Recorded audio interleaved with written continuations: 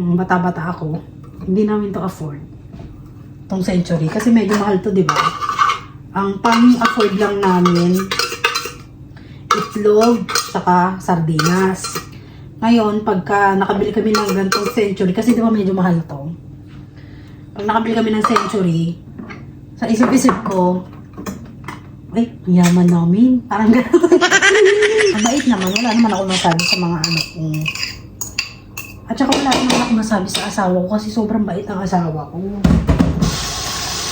Minsan lang talaga yung ating isip mapaglaro. Siguro mga katsupa, kung nandito kayo sa aking sitwasyon, may mga times din na mapapaisip ka. Baka sabihin, i-endorse natin ha. Hindi po ko nag-i-endorse pero ito yung binili ko. Hindi nag-i-endorse pero nakita ko. Tikman natin mga katsupa. Ang sarap.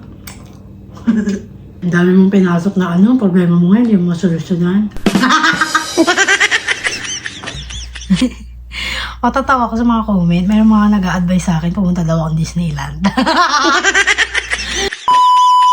Hi mga kachupa! Welcome back to my vlog. Kakabagong ko lang mga kachupa, tingnan mo yung aking alaga. So anyway, for today's video, gagawa tayo ng tuna sandwich. Hindi naman nilagay sa bahay, pero saan yung tuna ko? Ayan. Gawa tayong tuna sandwich. Kasi medyo na-miss ko to. Ito gagamit tayo ng Century, dalawa, tsaka isang sibuyas. Ay, meron pa ako sibuyas. Tsaka mayonnaise, tsaka isang celery. Ito na yung ating mga ingredients, mga kajupa. Tara, samahan niyo ako. Sakit ang tiyak ko. Alam kung bakit. Medyo na tong aking celery. Kaya kailangan gamitin ko na siya. Kasi baka mamaya masira. Anyway pala mga kachupa, gagawa ako na ito kasi yung aming tinapay hindi na nagagamit. Iba naman, ito lang gamitin natin. Diba? Thank you nga pala mga kachupa doon sa mga nag-comment sa akin doon sa aking last vlog kahapon. Maraming salamat at nanood kayo ng aking vlog at marami rin salamat doon sa mga nagbigay ng advice. Buti kong tigas naman na ito. Parang wala akong lakas sa Alam niyo mga kachupa, noon, yung bata-bata ako, hindi namin to afford tong Century kasi medyo mahal to, di ba? Ang pang-afford lang namin itlog saka sardinas. Ngayon, pagka nakabili kami ng gantong Century, kasi di ba medyo mahal to, pag nakabili kami ng Century, sa isip-isip ko, ay, yaman namin. Parang gano'n. Parang gano'n ang isip ko. Kasi di ba hindi naman lahat nakaka-afford ng Century? Kasi ang Century noon, ang mahal talaga. Parang nasa 30 plus. Eh, ang sardinas nasa 18, 20, mga gano'n. 18 or pesos, di ba? Ito parang doble siya ng sardinas kasi nga medyo, medyo expensive. So, kakatasan ko muna siya. Tapos yung katas niya, pwede ko siyang kainin later, no? So, ayan. Tinanggal ko lang yung oil para pagka nilagay natin siya sa bread, eh, hindi siya masyadong matubig. Alam mo kachupa, nung nagkaroon na ako ng trabaho, nakaka-grocery na ako, nakakapagbigay na ako sa magulang, nakakapag-grocery na ako ng kahit ano. Siyempre, ang nanay ko, bili ng mga ng mga delata, ng mga hindi namin nakakain noon. So, parang yung nanay ko nakaisip na, magtuna nga ako. Try niya daw. So, ito ang na-try niya. Yung natikman ko to sa office din, nagustuhan ng mga ka-office mate ko rin to. So, huy! Baba ka dyan, baba! Dapat to kinukulong muna si Kiki. Yung nagustuhan ko to, pati yung mga ka-office mate ko, nagbenta din ako ng ganito sa loob ng office. So, parang, ang nangyayari, lahat na ng business, pinasok ko na. Diba? Lahat na lang ng business, pinasok na. Kasi sa sarili ko, basta ako kumikita ako, wala akong tinatapakang tao, wala akong nasasagasa ang tao, wala akong naaagabyado, okay sa akin. Kasi diba yung iba makakita lang, makasagasa ka lang ng tao, okay na sa'yo, diba? Basta nakakakuha ka ng gusto mong pera, diba? Ako naman, mga kachupa, iba yung aking technique. Kasi sa isip-isip ko, kung mag-business man ako, tas makakasagasa ako ng tao, parang hindi mag-success yung business ko. Parang gano'n ang isip ko. Kaya, basta ako na gusto ko ng business, yung legal. Alam mo yung mga kachupa. Kasi di ba nga may mga ibang tao na makakuha lang ng pera, makakita lang ng pera, wala silang pakialam kung may makasagasa sila ng tao. Kasi nga mukhang pera nila, di ba? Baka mamaya may masagasaan ako, baka mamaya may matamaan. So, pasensya na mga kachupa. Sinasabi ko lang yung totoo. Kasi hindi naman, alam ko hindi naman tayo pare-parehas. At hindi rin tayo, magkakaiba tayo ng mga ng mga opinion, di ba? Para sa akin kasi, hanggat may tinatamaan kang tao, hanggang may tinatapakan kang tao, inaagabyado kang tao, para sa akin, sa ginagawa mo, hindi ka magsasucess. Yun ang, yun ang aking mindset ba. Kaya ako, ayoko talagang katapak ng tao, ayoko talagang, kasi naramdaman ko yan na experience ko yan, makachupa, yung tinapakan pagkatao mo dahil mahirap lang kayo or ganito lang ang kaya nyo sa buhay, parang gano'n. Dahil nga ang mga tao ngayon sa Pinas parang naka-realize sila kung gaano kakayaman, kung sino mga kapit mo, yun yung mga nila. Kasi iba kasi ang mga ngayon ng tao, iba yung nila, yung mindset nila, di ba? Tulad ng mga naka-experience ko nung bata ako, parang walang nakakampi sa amin kasi nga hindi kami botante dun sa lugar na yun. Parang every time na may problema kami sa parang hindi na kami nakakampihan, ganun. Kaya sa isip-isip ko, lagi na lang akong tinatapakan, lagi na lang kaming naagrabyado. Pero alam mo makachupa ang ko doon, ang iniisip ko, hindi laging ganito. May araw din para sa amin. Ayun ang lagi kong iniisip.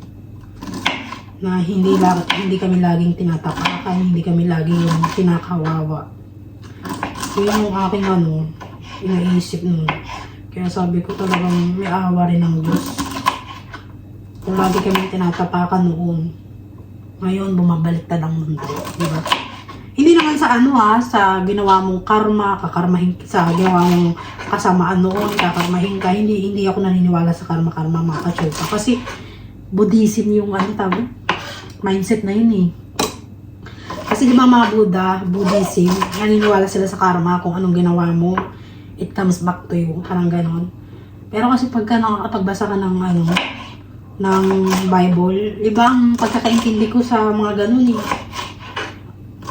Basta may mabuti kang puso, may mabuti kang kalooban, hindi ka laging gumaganti sa mga taong sa'yo, na inaagabyado ka, lagi kang kinakawawa.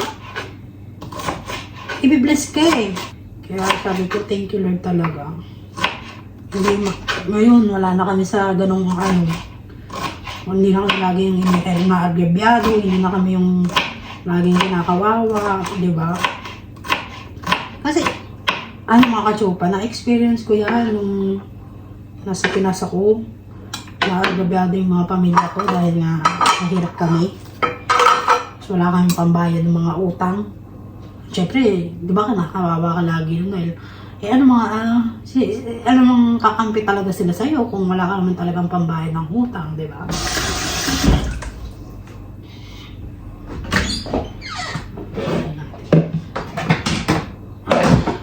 Talaga ng tiyan ko. Parang hindi ko lang kung lalagay ko itong aking celery.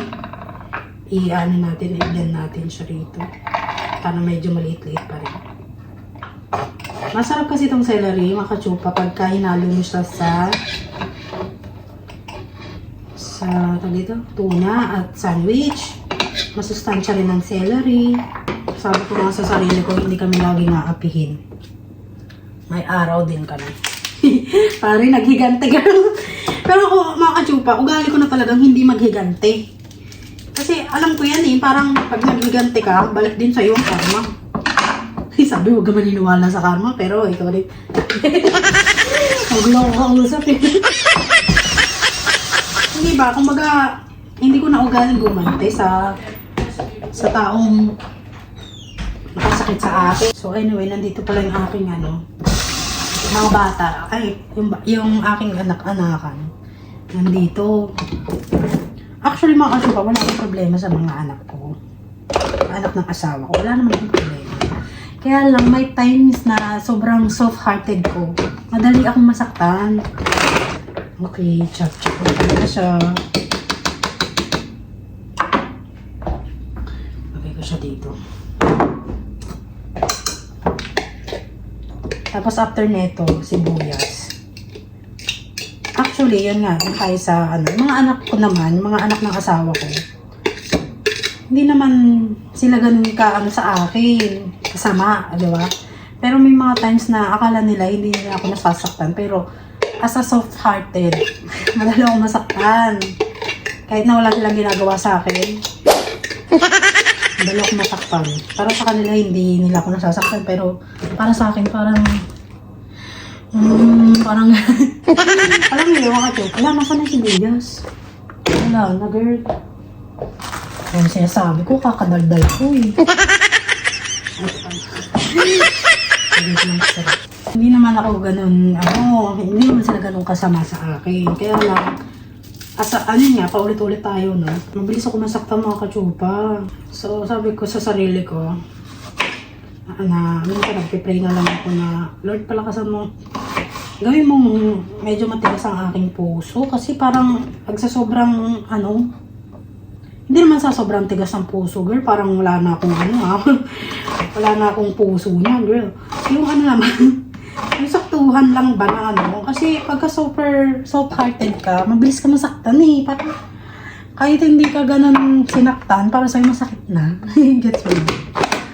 Kaya hindi ko rin alam sa sarili ko, iba-iba rin ako. Siguro mood swing to dahil meron akong PCOS. Sabi na, deny lang muna na akong PCOS. Ayan. Alas 12 na makachupa, ngayon lang ako nagtayo. Ngayon lang ako tumayo. Dahil nga, kanang natamad na ako ngayon. So, pipigain mo siya ng ganyan. Hanggang matanggal natin yung katas. Pero, ayun nga, maraming salamat doon sa mga nagbibigay ng advice. Ko naman, yung mga advice nila na accept ko naman. Kasi, alam ko sa sarili ko, hindi rin ako perfect. At alam ko sa sarili ko, marami akong kailangang babaguhin sa pag-uugali, sa, sa mga isip. Minsan kasi yung parang feeling ko na ko ng demonyo na napapaisip ka kung tama ba talaga yung pinasok mo. Feeling ko demonyo ang nag-aano nun sa akin. Medyo maliit itong akin. Lipat ko nga sa malaki. Lipat natin. Nilagay ko lang dito tuna, celery at saka onion. Mabait naman. Wala naman ako masabi sa mga anak ko. At saka wala naman ako masabi sa asawa ko kasi sobrang bait ang asawa ko. Minsan lang talaga yung ating isip mapaglaro. Siguro mga kachupa kung nandito kayo sa aking sitwasyon, may mga times din na mapapaisip ka. O ako lang siguro ganito. Pero masaya naman ako mga kachupa kasi yung aming buhay dito sa Amerika maganda. Hindi kami nagugutom. Hindi kami napuputulan ng kuryente. Hindi kami papalayas ng may-ari ng bahay. Gets mo yung makachupa? Hindi kami nakikitira, may sarili kami bahay. So, blessed pa rin ako kahit paano. Kaya dun sa sa mga negative thoughts na minsan pumapasok sa akin. Lagi na lang ako nagpe-pray na alisin mo yung mga negative, Lord. Alisin mo po yung mga negative thoughts ko. Kasi parang feeling ko, lagi silang nagpa-pop up. Lagi silang nagpa-pop up. Pero pagka nagdarasal naman ako, nawawala naman sila. Pero maya-maya, pagka hindi ka na nagdadasal, andyan na naman. Alam mo yung mga chupa, parang, kaya hindi ko maano eh. Pero, yun nga, blessed pa rin ako. Lagi akong nagtithankful, lagi akong nagdadasal, bago gumising, bago matulog, bago kumain, nagdadasal ako. Bango. Lagyan natin ang asin.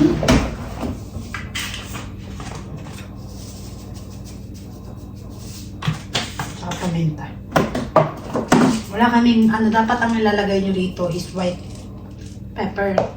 Eh, wala kaming white pepper. Ito na lang.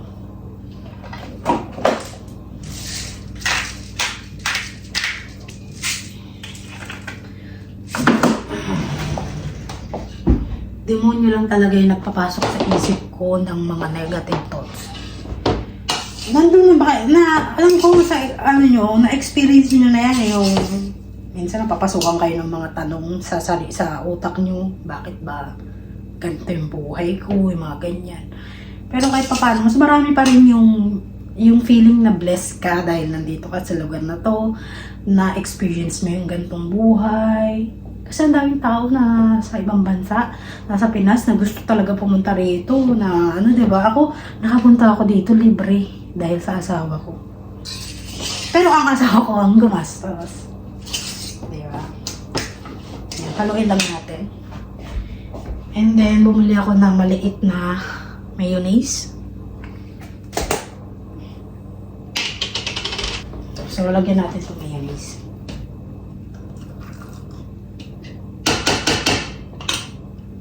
Bango ng mayonnaise na po. Baka sabihin, ini-endorse natin ha. Hindi po ko nag-i-endorse, pero ito yung binili ko. Hindi nag-i-endorse, pero makita niyo. Ay, nako. Lakas ng amots mo, girl.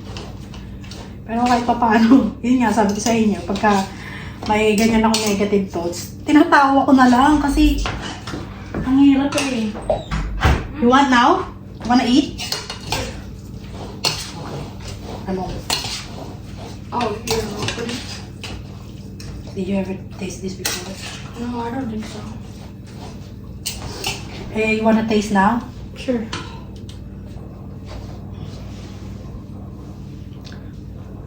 Good? You want? With bread? Yeah. How's your feeling? I'm feeling better. Okay. I-ano ko muna ito nga. Ano ko yun? Snake away? Yeah, I think so.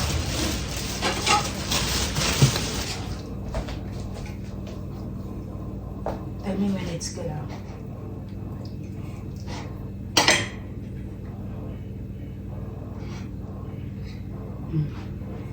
Thank you. One more? No, I'm good. Okay. Ask me if you want. Okay. Bait naman yung aking mga alak dito. Kaya lang, yun nga. Hindi nila alam kung paano nila ako kausapin. Girl. You said no. Okay.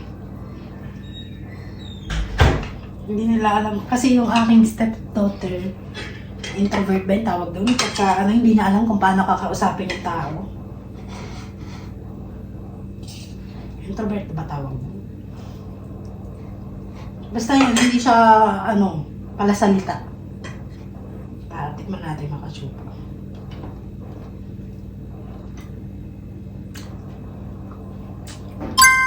Ang sarap. Lagay natin to sa rep.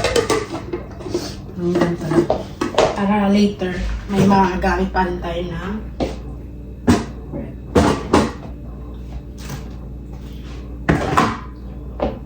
Ay, spread. Tuna spread. Kain tayo. Ito yung aking lunch.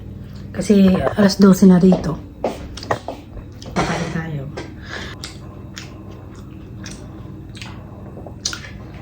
Alam, hindi na ako nakapagsalita. Panay lamon na ako. Siguro, yun nga mga kachupa yung aking sinasabi na doon sa mga vlog ko, yung mga nagbigay ng advice sa akin kahapon. Thank you so much. Kasi, kaya ako nagtanong ng mga advice. Kasi gusto ko rin malaman kung paano ba i-handle yung pamilya ko sa Pinas. Paano ba i-handle yung pamilya ko rito. Parang, masaya, oo, masaya ang buhay ko. Blessed na blessed ako, oo, sasabi ko, inaamin ko naman yan. Blessed na blessed ako.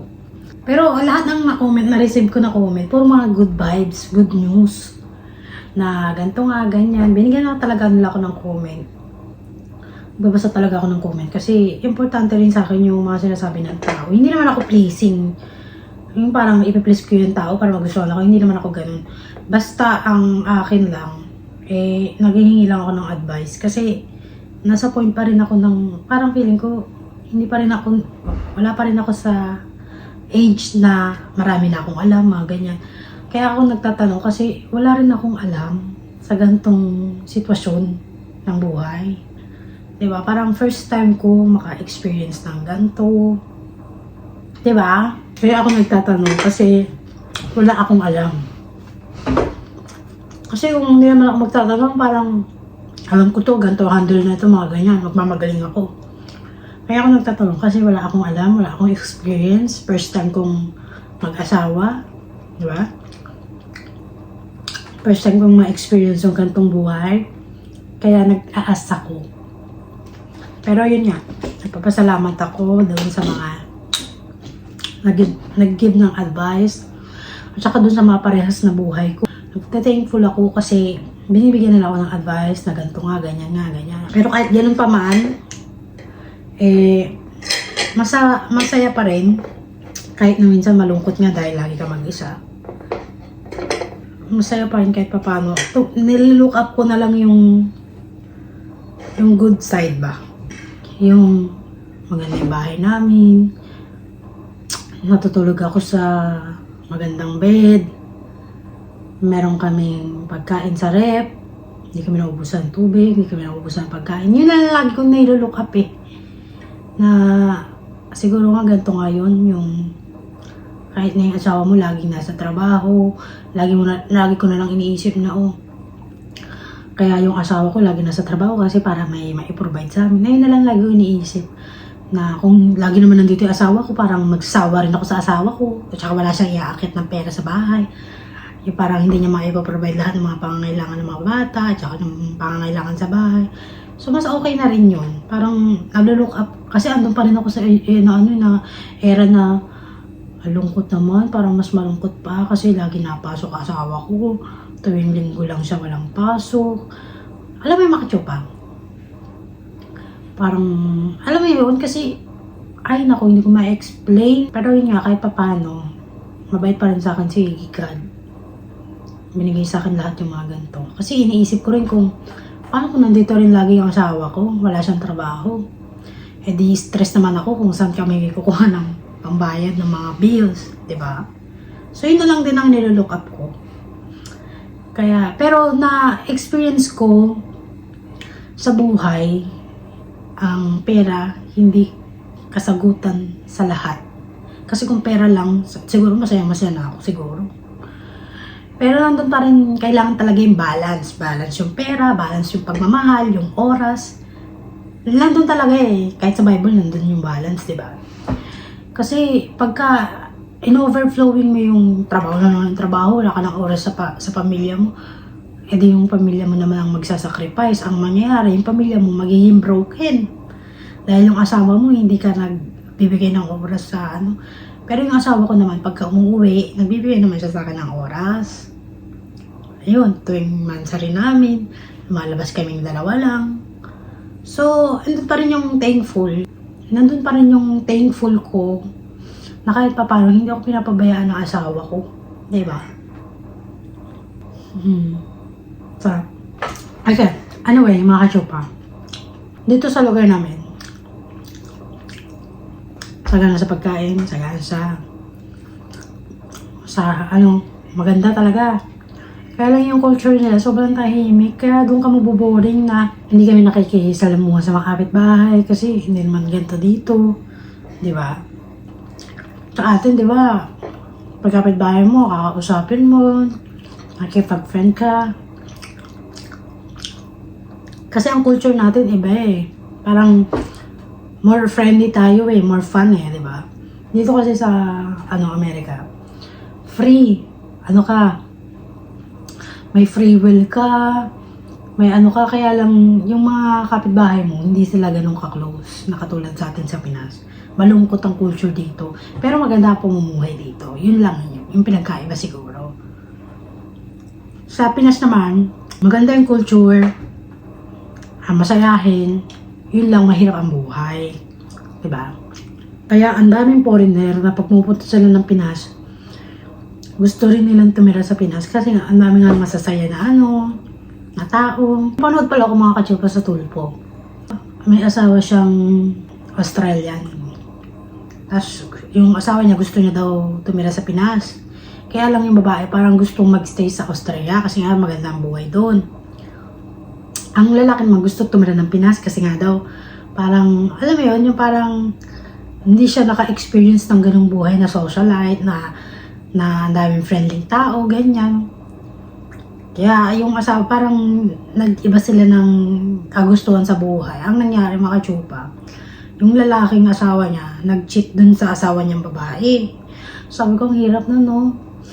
Ayun ang mahirap pagka hindi kayo same ng gusto ng asawa mo. Ako, naiintindihan ko naman yung asawa niyang babae. Kasi nga, ang ina-after niya is yung kagandahan ng life sa Australia. Pero yung, dito, yung lalaki, parang ang ina-after niya, yung attention ng mga ibang tao. Yun ang ina-after ng lalaki. So, sabi ko, ang hirap nun, no? Siguro, lumaki yung asawa niya sa kulang sa attention. No? Kaya, nung lumaki-laki na siya, ano siya, siguro, ewan ko naisip ko yun hindi pa ba sapat ang atensyon ng asawa mo para manghingi ka ng atensyon sa iba? Diba? Yun ang ano ko. Ang dami mong pinasok na problema mo ngayon, hindi mo masolusyonan. Kaya na lang.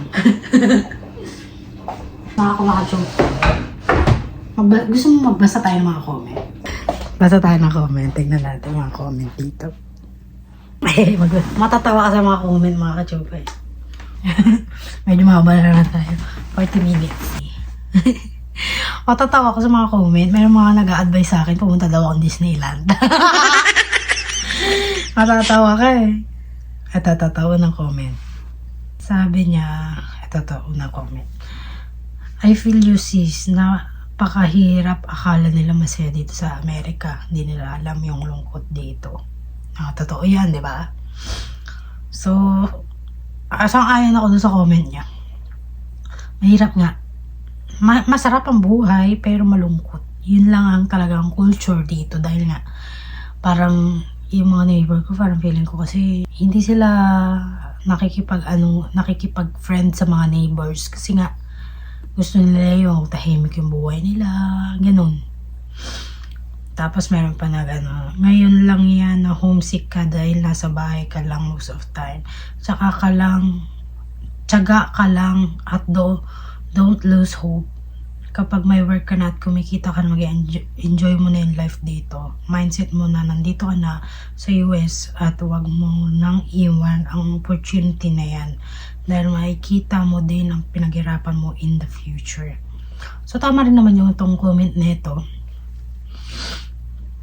Tag dito, ako mga kachupa, pumunta ako rito para sa asawa ko lang. Hindi ako para mag-work. Para sa sarili ko, para makapagpundar ako. Kasi hindi ko ina-after yung, yung yaman. Hindi ko ina-after yun. Ang ina-after ko mga kachupa, magkaroon ako ng masayang buhay, masayang pamilya. Yun ang ina-after ko. Hindi ko ina-after yung sarap ng maraming lupa, maraming negosyo. Hindi ko na-after yun. Alam ni God yan. Pero kasi ang mga mindset ng mga ibang tao na nasa Amerika, pag nasa Amerika ka, magtrabaho ka, mga ganyan.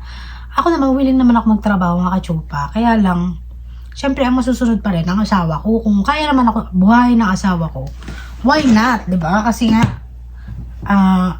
ayaw ng asawa ko magtrabaho ako. Gusto niya sa bahay lang ako. So, go! Kung ano yung gusto ng asawa ko, yun yung susundin ko. Yun yung aking mindset. Ito naman, sabi niya, "Hay nako, pumunta kayo ng Disneyland." Sabi niya sa akin. Kasi pa kung meron lang kayong pera, siguro magta-travel din kami.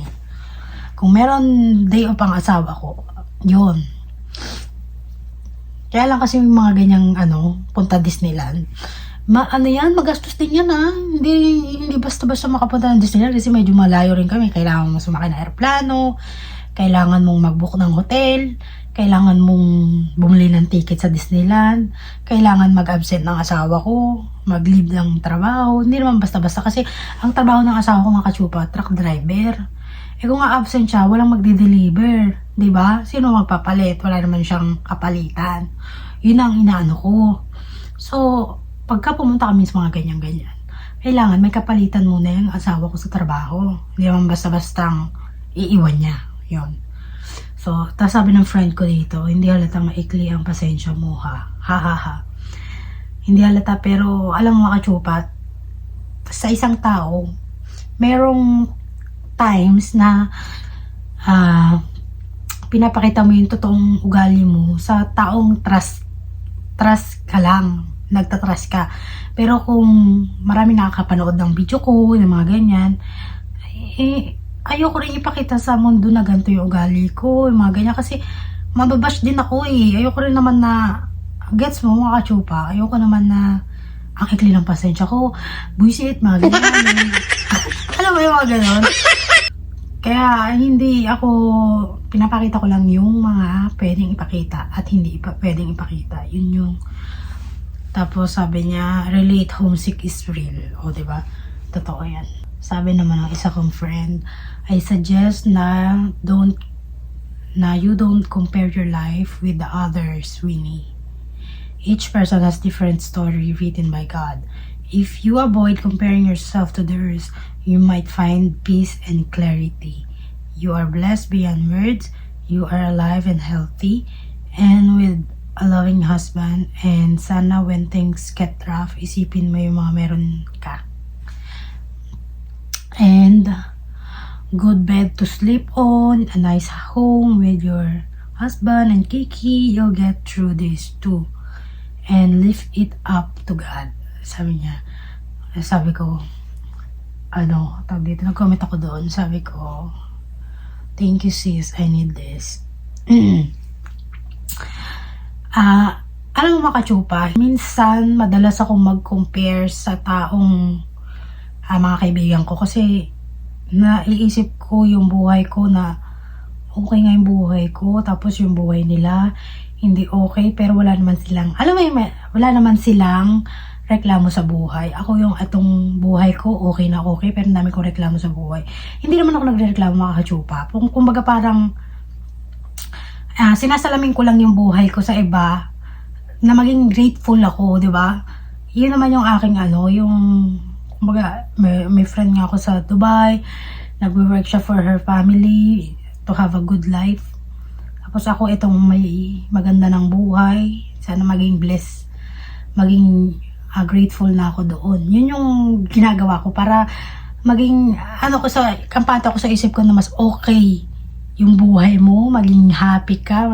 Kaya mga kachupa, yung sinasabi kong kino-compare ko yung sarili ko sa ibang tao is para yung sarili ko maisip ko rin na mas okay yung buhay ko, pero hindi ako mas grateful. Kumbaga parang hindi ko ma-explain.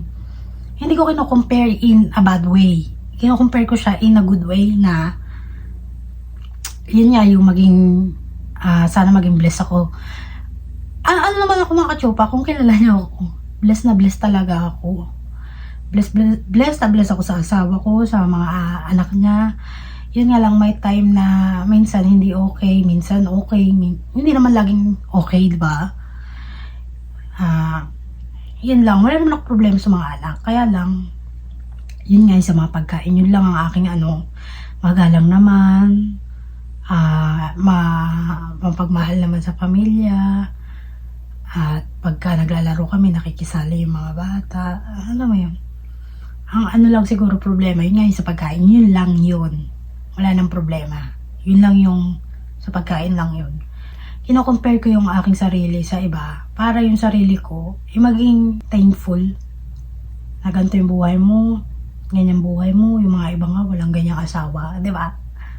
Yun yung aking yun yung aking kino-compare. Pero hindi ako pala compare na binababa ko yung isang tao. Hindi naman ganoon, mga kasyupa. Yun lang yung aking compare. Nagko-compare ako in a good way, hindi in a bad way. Yun lang yan. So sabi niya, meron pa nag-comment, "Hello sis, Winnie, carry mo yan. Nasa adjustment period ka pa kasi. Anyway, after election, flight na namin papuntang Wisconsin at sana ma-meet kita para may friend din ako at may kausap kapag bored."